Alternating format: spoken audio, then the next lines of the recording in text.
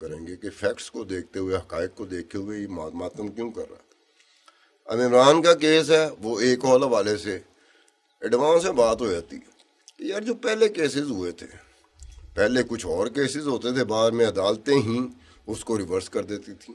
تو آج جو عمران پہ چلنے والا کیس ہے، اگر اس کو سزائیں ہوتی ہے، سزا ہو جاتی ہے، مجرم ثابت ہو جاتا ہے، تو عمران کے مخالف جو ہیں وہ پنگڑے ڈال رہے ہوں گے، جیسے نواز شریف کے مخالف 2017-18 میں پنگڑے ڈال رہے تھے۔ اب 4-5 سال بعد اگر عمران کے سارے کیسز اسی طرح سے باعزت طور پہ بری کر دیا جاتا ہے عمران کو، جس طرح سے نواز شریف کو کیا، تو پھر کیا کرو گے؟ آپ کو ایک عام بندے کو سمجھ آ جانی چاہیے کہ جس کے پاس اختیار ہے، جو بہت مضبوط ہے، وہ کیسے کھیلتا ہے آپ کی پسند اور ناپسند کے ساتھ۔ ہم اپنی پسند اور ناپسند کے ساتھ اتنا جڑ جاتے ہیں کہ ان کو کھیلنے کا موقع مل جاتا ہے۔ وہ آپ کی پسند کی طرف اس کا ہاتھ آ گیا تو آپ خوش ہو جائیں گے، اور آپ کی پسند کے اوپر اس کا ہاتھ نہ آیا تو آپ غمزدہ ہو جائیں گے۔ یعنی کہ اس کے ہاتھ میں آپ کی خوشی اور دکھ اس کے ہاتھ میں ہے کہ جب مرضی چاہوں اس کو میں خوش کر دوں، جب مرضی چاہوں اس کو غمزدہ کر دوں۔ تو ہم نے کیوں اپنے آپ کو الاؤ کیا؟ ہمیں پتہ ہونا چاہیے کہ جن کے اختیار میں ہوتا ہے انہوں نے اپنے طریقے سے مینوورنگ کرنی ہوتی ہیں، انہوں نے اپنے طریقے سے اسے مینیج کرنا ہوتا ہے، اپنے اپنے دور میں، اپنے اپنے وقت میں، اپنے اپنے طریقے سے انہوں نے چیزوں کو آگے بڑھانا ہوتا ہے۔ ہم کٹ پتلیوں کی طرح، پوری کی پوری پاکستانی عوام کٹ پتلیوں کی طرح کبھی کسی کے پیچھے بھاگیں، کبھی کسی کے پیچھے بھاگیں، یہ نہیں دیکھ رہے کہ اوپر جو ہے جس کے ہاتھ میں سب کچھ ہے وہ کس طرح سے کھیل کھیلتا ہے۔ ہم چلے جاتے ہیں۔ اب یہ عمران کا کیس ہے، ایک چیز جو میں سمجھتا ہوں کہ جس طریقے سے سیاستدان کا کیس جب عدالت میں ہوتا ہے تو اس سے بہت زیادہ اہم نوعیت کے کیس ہوتے ہیں، لیکن عام لوگوں کا انٹرسٹ جو ہوتا ہے نا سیاستدان کے کیس کے ساتھ ہوتا ہے، یا تو وہ اس کو پسند کر رہا ہوتا ہے یا ناپسند کر رہا ہوتا ہے۔ جو پسند کر رہا ہوتا ہے وہ کہتا ہے کہ سب فارغ کام ہے، یہ رہا ہو کے آئے گا۔ جو ناپسند کر رہا ہوتا ہے وہ کہتا ہے اس کو سزا ہوگی، اس کا جرم ثابت ہو جائے گا۔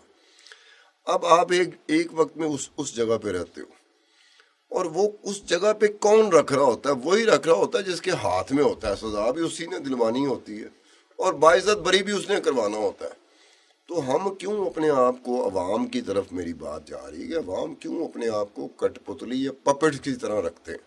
ان کو کٹ پتلی اور پپٹ سے نکل جانا چاہیے، اس ایک چیز میں چلا جانا چاہیے کہ جس میں کہیں کہ ٹھیک ہے، یہ الف جو ہے نا، یہ چھما جو ہے نا مجھے بہت پسند ہے، لیکن چھما نے ایک ایسی حرکت کر دی ہے، سارے شواہد، سارے حقائق چھما کے خلاف ہیں، تو مجھے شور نہیں مچانا چاہیے، اس بات پہ نہیں شور مچانا چاہیے کہ میں چھما کو پسند کرتا ہوں، مجھے فیکٹس حقائق پہ چلا جانا چاہیے۔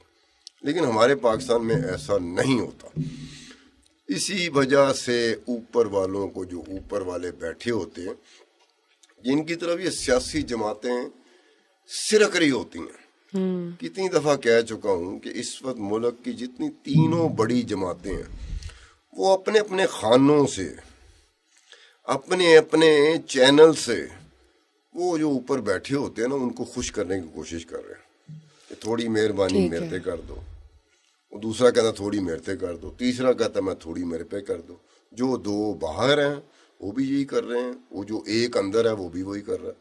ہم اپنی پسند اور ناپسند پہ ڈنکے کی آواز پہ منہ اٹھا کے چلے ہوتے ہیں، کل کلام کو کچھ ہو جاتا ہے، کوئی بات طے ہو جاتی ہے، پھر کیا کریں گے؟ ہمیں آج پتہ ہونا چاہیے کہ یہ بات طے بھی ہو سکتی ہے اور طے نہیں بھی ہو سکتی۔ اگر آپ نے یہ سمجھنا ہے کہ پاکستان میں کوئی چیز سیاسی حوالے سے میرٹ پہ جائے گی تو میرے خیال میں ہماری بیوقوفی ہے بہت بڑی۔ یہ 75 سالوں نے ہمیں یہی سکھایا کہ میرٹ پہ نہیں ہوتا، یہ ہماری پسند ناپسند ہوتی ہے، جس کی وجہ سے ہم اجڑ گئے۔ پوری دنیا میں پسند ناپسند کو لے کے اس طرح کوئی بھی قوم نہیں چلتی جس طرح ہمارے پاکستان میں دیکھنے میں آیا۔ انڈیا میں دیکھنے نریندرا مودی کو پسند کرنے والے ہیں، لیکن وہ پسند کو ایک حد تک رکھتے ہیں، وہ ووٹ ڈالنے کی حد تک، سپورٹ کرنے کی حد تک، اس کے جلسے میں جانے کے حد تک، اس کے حق میں نعرے لگانے کی حد تک، اس کے حق میں جلسہ جلوس کرنے کی حد تک وہ رہتے ہیں، اس سے آگے نہیں جاتے۔ ہمارے ہاں تو جینا مرنا ہی بس چھمے کے ساتھ ہے، بندہ پوچھے یار چھما بھی تو ایک انسان ہے نا.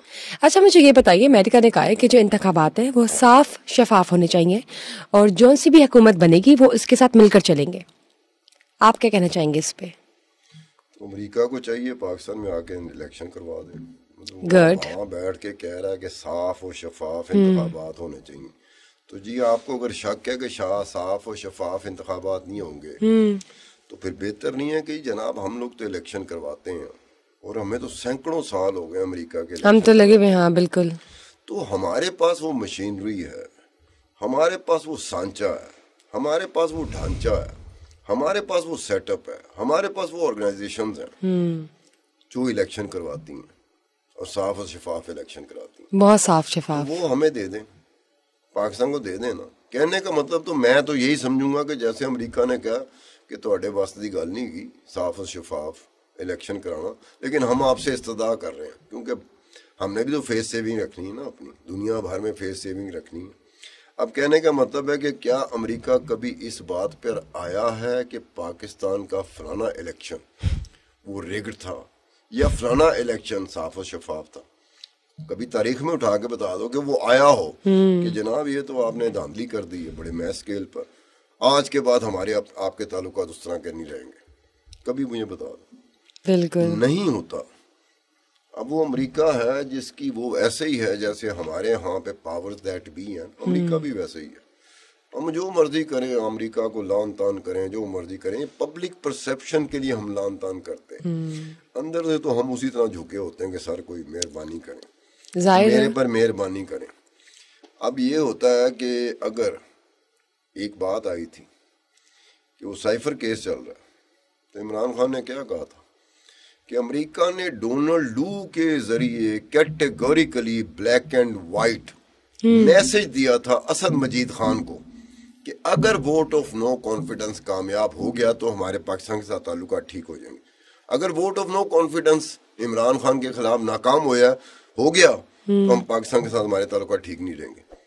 تو پی ٹی آئی کو بولنا چاہیے کہ یہ کون ہوتے ہیں, یہ کون بول رہا ہے, اس پہ تو ہم الزام لگا چکے ہیں, اس پہ تو ہم اعتبار ہی نہیں کرتے, یہ تو بہت ڈنڈی مارتا ہے. تو جب یہ اسٹیٹمنٹ امریکہ کی طرف سے آتا ہے تو پی ٹی آئی کا تحریک انصاف کا یہ پہلا اولین فرض بن جاتا ہے, کیونکہ انہوں نے یہ کہا نا, کسی اور جماعت نے تو نہیں کہا, یہی کہہ رہے ہیں. تو کہیں گے بھائی تو ماما لگنا, ماما کا لفظ سمجھتی ہوں نا جی, چاچا خام خواہ لگنا. اب امریکہ کو ماما یا چاچا خام خواہ یہ میرے جیسا یہ ایک عام بندہ کہہ سکتا ہے, چھما کہہ سکتا ہے, ان پارٹیوں کے بس میں نہیں ہے کیونکہ ڈیپینڈنٹ ہوتے ہیں. لیکن آپ مجھے یہ بتائیں کہ آپ کو پرسنلی کیا لگتا ہے, پرسنلی بھی نہیں چلے جنرلی بتائیں کہ جو آنے والے الیکشنز ہیں وہ آپ کو لگتا ہے ایک فیئر پلے ہوگا؟ میں کیا کس ایسی جگہ پہ بیٹھا ہوں کہ یا سلمانی ٹوپی مجھے لا دو یا وہ اینک لا دو کہ جس سے میں دیواروں کے پیچھے دیکھ سکوں, چھت سے اوپر دیکھ سکوں. نہیں تو پیچھے دیواروں کے پیچھے دیکھنے سے تھوڑی معلوم ہوگا. سلیمانی ٹوپی مجھے پہنا دو نا کہ میں جہاں کام ہو رہا ہے وہاں پہنچ جاؤں, اس کے بعد آگے بتاؤں کہ جناب اس پہ اعتبار نہ کرنا, الیکشن ٹھیک نہیں ہو رہے. آپ کو پہلے بھی کتنی مرتبہ, ایک سے زیادہ مرتبہ, بے شمار مرتبہ ایک بات میں ریپیٹ کر چکا ہوں.